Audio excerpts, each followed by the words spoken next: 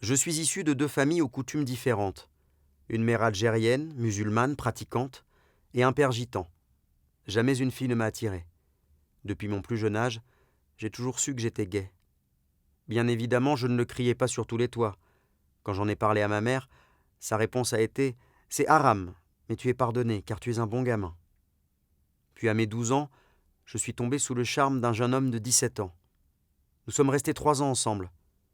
Il m'a fait vivre un véritable calvaire. Jaloux, je n'avais pas le droit de parler à un autre garçon que lui.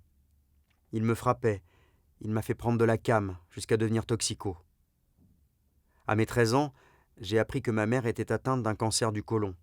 Les médecins étaient formels, elle allait mourir. Je décide alors de tout arrêter, y compris mes études, pour rester le plus possible à ses côtés.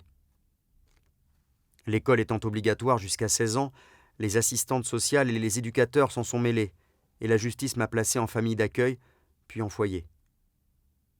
En 2009, j'ai 15 ans. Je rentre enfin chez ma mère, et 3 mois après, c'est la catastrophe. Elle part rejoindre les anges. C'est à ce moment-là que mon père fait son apparition, et c'est le début d'un nouvel enfer. Je lui sers de boniche, je suis le plus grand de ses enfants, alors je dois m'occuper de mes frères et sœurs, faire le ménage, faire à manger. À 18 ans, je décide de faire mon coming out. Ça n'arrange pas la situation. Mon père commence à me frapper, à m'insulter. Chaque jour, les disputes s'enchaînent, et plusieurs fois par semaine, nous en venons aux mains. Jusqu'à ce jour où mon père a sorti un fusil de chasse et l'a braqué vers moi, en me disant « Maintenant dégage, je n'aime pas les pédés.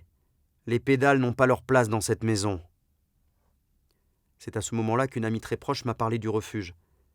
Très craintif, j'ai quand même envoyé un SMS sur la ligne d'urgence et j'ai reçu très rapidement une réponse. Une semaine plus tard, j'intégrais la délégation de Lille, où la belle équipe du refuge m'aide jour après jour. Bien plus qu'une équipe, c'est une famille pour moi. J'y suis depuis 4 mois, j'ai repris mes études à la fac, j'ai un emploi. Jour après jour, j'essaye de reconstruire ma vie, que je partage aujourd'hui avec quelqu'un.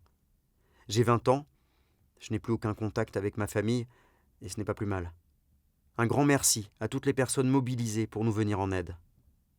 Le témoignage que vous venez de découvrir, c'est celui d'Andrea, rejeté, effacé par sa famille parce qu'il est homosexuel. Et malheureusement, il y en a des centaines chaque année. Depuis 19 ans, le refuge aide tous ces jeunes. Alors il faut soutenir cette fondation et agir tous ensemble pour qu'il n'y ait plus jamais de tels oubliés de la société.